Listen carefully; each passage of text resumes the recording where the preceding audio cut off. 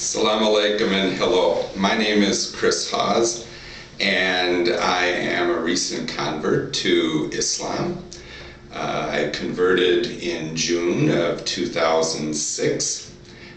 My spiritual journey has been a long one that has brought me to this point.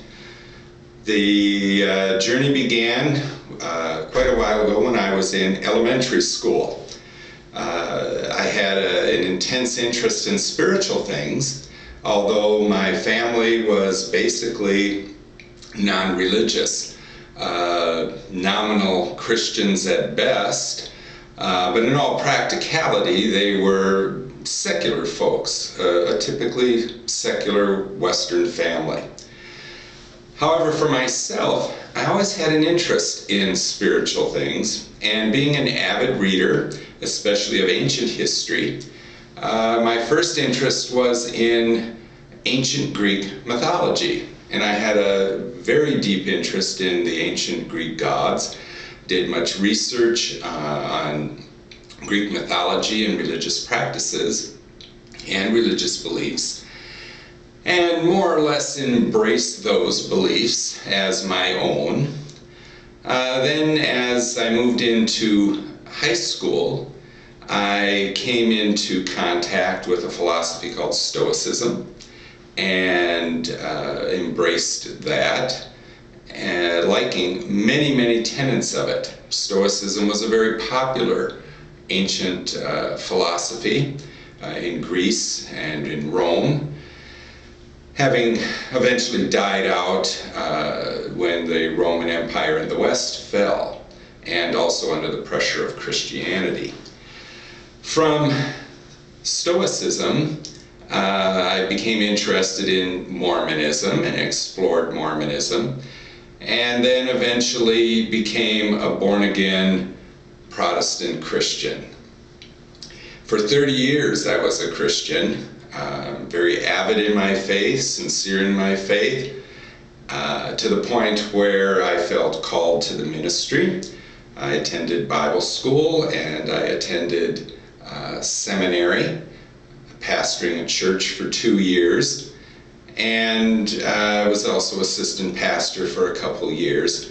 And then, due to some political differences with the denomination, was not able to get another church, but remained active within the faith until about 4 years ago, when the accumulation of various disgruntlements, questionings about practice and theology led me to get rid of Christianity, and I dropped my Christian faith and was basically nothing for several years. In that interim, I re-explored Stoicism, Taoism, Buddhism, particularly Zen Buddhism. Also looked at the philosophy of the Japanese poet Basho, until I ran across the poetry of Rumi, who perked up my ears at his mysticism, and it piqued my interest in Islam in general. So I began looking at Islam, and through an acquaintance, actually began looking at Shia Islam first. And then when I compared it with Sunni Islam, decided that the Shia version made much more sense. And so in June of last year, 2006, I accepted the faith, became a Shia Muslim. Now the question comes, why did I like Shia Islam over Sunni Islam? To me, logic and coherence make much sense. They're important factors in one's faith. What I saw in Shia Islam, looking at the 5 roots of the faith, was a constructive building on foundations. First of all, you have the belief in God. You follow that with an understanding of how God interacts with human beings, the justice of God. Then the next root is that God sends prophets to let mankind know what his requirements are to worship him, to honor him. The next step is that God also sends imams to carry on the message in between the sending of prophets.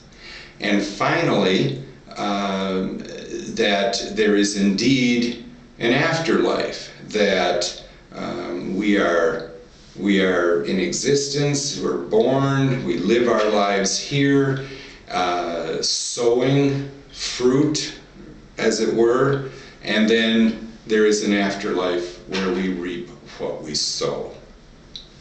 To me, that progression made far more sense than the Sunni presentation of the 5 pillars, in which the only basic doctrinal point is that of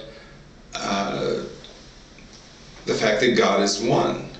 The rest of the points all deal with practice. And the thing that I started mulling over was, how can one base one's faith on a set of practices?